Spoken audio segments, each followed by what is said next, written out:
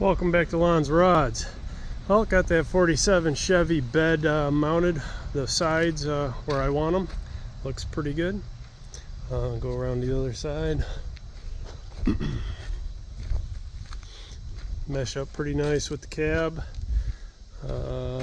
Nobody will know it's a Dodge bed except me and you guys.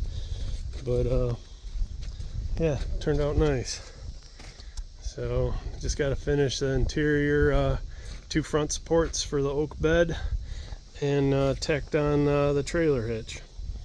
And I'm gonna do a middle support from that 2x square down to the trailer hitch. But yeah, turned out nice.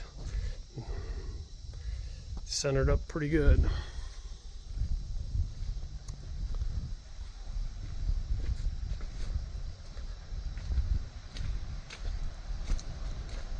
Not bad for a bunch of rusty metal.